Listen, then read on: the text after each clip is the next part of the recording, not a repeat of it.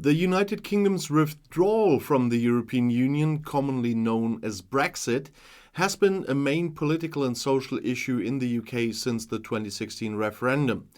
While the overall outcome of the referendum was in favour of leaving the EU, there were significant generational differences in voting patterns. Younger Britons were more likely to vote to remain in the EU, with 73% of 18 to 24-year-olds and 68% of 25 to 49-year-olds voting to remain.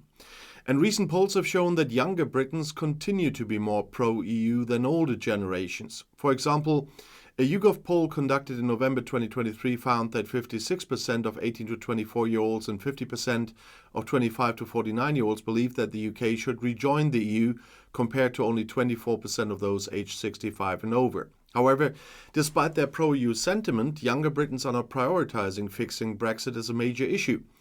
A recent poll by the Institute for Government found that only 18% of 18 to 24-year-olds and 24% of 25 to 49-year-olds believe that fixing Brexit is one of the top 3 issues facing the UK, compared to 36% of those aged 65 and over. And there are a number of reasons why younger Britons are more likely to be pro-EU. And these include, for example, that younger Britons have grown up in a more globalized world than older generations and are more likely to see the EU as a positive force in the world. And younger Britons are more likely to be aware of the economic and social benefits of EU membership, such as freedom of movement and access to the single market, so they don't see freedom of movement as a threat. And younger Britons are more likely to have friends and family in other EU countries and are more likely to identify as European citizens. But there are also a number of reasons why younger Britons are not prioritizing fixing Brexit as a major issue at the moment. For example, younger Britons are facing a number of other challenges, such as the cost of living, climate change, and housing affordability. And these issues are more important to them than Brexit. And for younger Britons, they may feel that Brexit is a done deal and that there is nothing they can do to change it at the moment. And younger Britons may be more focused on the future than the past and may not see Brexit as a major obstacle to achieving their personal goal. While younger Britons are more pro-EU than older generations, they are indeed not prioritizing fixing Brexit as a major issue, and this is due to a number of factors, including other priorities, as I said, a sense of resignation and a focus on the future. However, the pro-EU sentiment among younger Britons could have a significant impact on the UK's relationship with the EU in the future. But also in general, a majority of Britons support at least rejoining the European Union single market, even though that would mean the restoration of free movement of workers from the European Union, and that is at least according to a poll published on Wednesday. Curbing immigration was a key reason Britons voted to leave the European Union in 2016.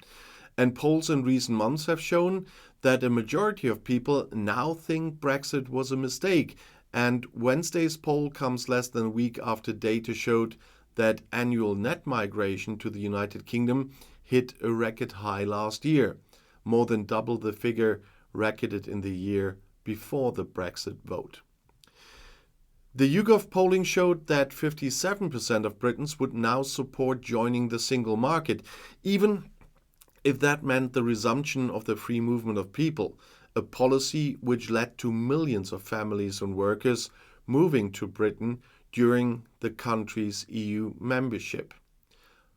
1 in 5 people opposed it. Support for joining the single market, which also guarantees the free movement of goods and services, was divided along political lines. For those respondents who voted to leave the EU and who would back the opposition Labour Party in an election tomorrow, 53% support single market membership with 31% opposed. For those who voted for Brexit and intend to vote for the governing Conservatives, only 29% would support a return to the single market, with 54% opposed. Labour, which is on course to win the next election according to opinion polls, has promised to improve the country's trading relationship with the European Union, but leader Keir Starmer has said he does not want a return to the single market. In general, the poll shows that 72% of Britons want the country to have closer ties with the European Union, including a majority of both Remain and Leave voters. YouGov said the poll had a sample size of 2,138 people. Well, the UK could potentially participate in the EU single market without becoming a full member again through the European Economic Area, the EEA, or a customs union arrangement. However, there are significant drawbacks to these options that would make them less desirable than full membership. The EEA is an agreement between the EU and several non-EU countries, including Norway, Iceland, and Liechtenstein. It allows these countries to participate in the single market without having to join the EU or adopt the euro currency. However, EEA members must still adhere to a significant portion of EU law, including rules on goods, services, capital, and labor movement. They also have a very limited influence over EU decision-making. For the UK, joining the EEA would mean sacrificing some control over its own laws and regulations again. It would also have to accept the free movement of people, which could be politically unpopular, despite the poll. A customs union is an agreement between countries to eliminate tariffs and other trade barriers on goods traded between them. The EU has a customs union with its member states, as well as with several non-EU countries, including Turkey and Andorra. For the UK, joining the EU's customs union would mean aligning its tariffs with those of the EU, and this would make it more difficult for the UK to negotiate its own trade deals with other countries. It would also mean that the UK would have to accept EU rules on product standards. Both the EEA and the customs union would represent a compromise for the UK, but they would not be without their problems. These arrangements would leave the UK with less control over its own laws, regulations, and trade policy than it would have had as a full EU member, and they would also require the UK to accept EU rules that it may not agree with. In addition, these arrangements would not provide the UK with the same level of access to the single market as full membership. For example, EEA members are not allowed to participate in certain EU programs, such as Horizon Europe, which is Britain a part of now, the EU's research and innovation programs. Not automatically, they have to negotiate that. And as a result of these drawbacks, it's unlikely that the UK would consider joining the EEA or customs union as a permanent solution to its post-Brexit trade arrangements. And these arrangements could only serve as a temporary measure while the UK and the EU negotiate an even more comprehensive trade deal, which I don't see.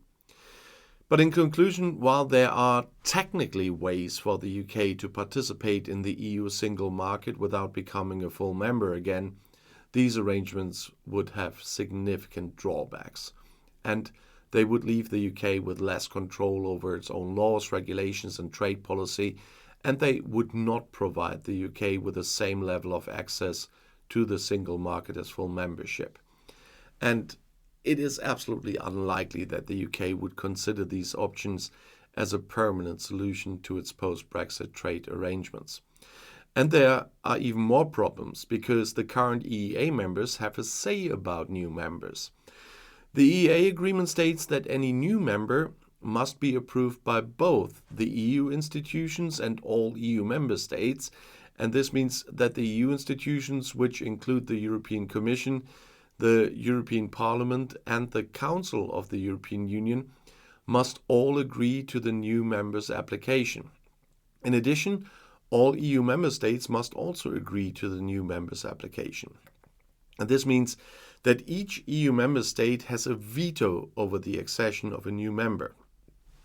And the reason for this requirement is that the EEA is a part of the single market, which means that all members must comply with the same rules.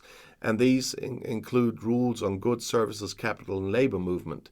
And as a result, it's important to ensure that any new member is able to comply with these rules and is committed to the principles of the single market. The process of approving a new EEA member is as follows.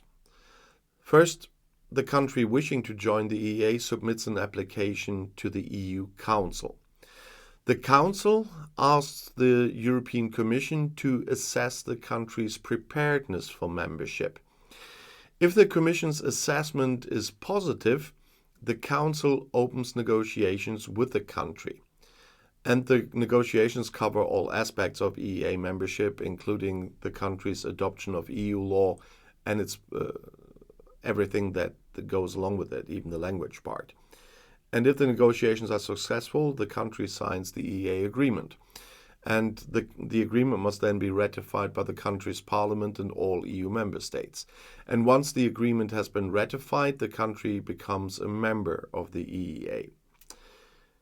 But that's why I also don't see anything, because so far nobody has used a veto on this. But we all remember how the UK left the European Union in the first place. And I know that some people think that it would be, even joining the EU would be easy. But I have a completely different opinion here. And I know the stance against the current politicians, at least in the UK, in some of the member states. And the whole thing, and why I was talking about it again today, is that Keir Starmer promises something that I don't see to happen. I mean, he says he doesn't want to be in the single market, but at the same time he says he wants close alignment. That usually would mean something like the customs union, but it wouldn't make any sense at all for someone who has been a member. Turkey, for example, is a completely different part. They have never been a member, and I don't see them as a member in my lifetime, to be honest. But for the UK, that would make absolutely no sense. And so I'm still waiting for some answers from Keir Starmer. But if you want to see another video right now, the next one is right here in the end screen. I hope you saw the new banner today. And in either places, I'll be there because I'll be back.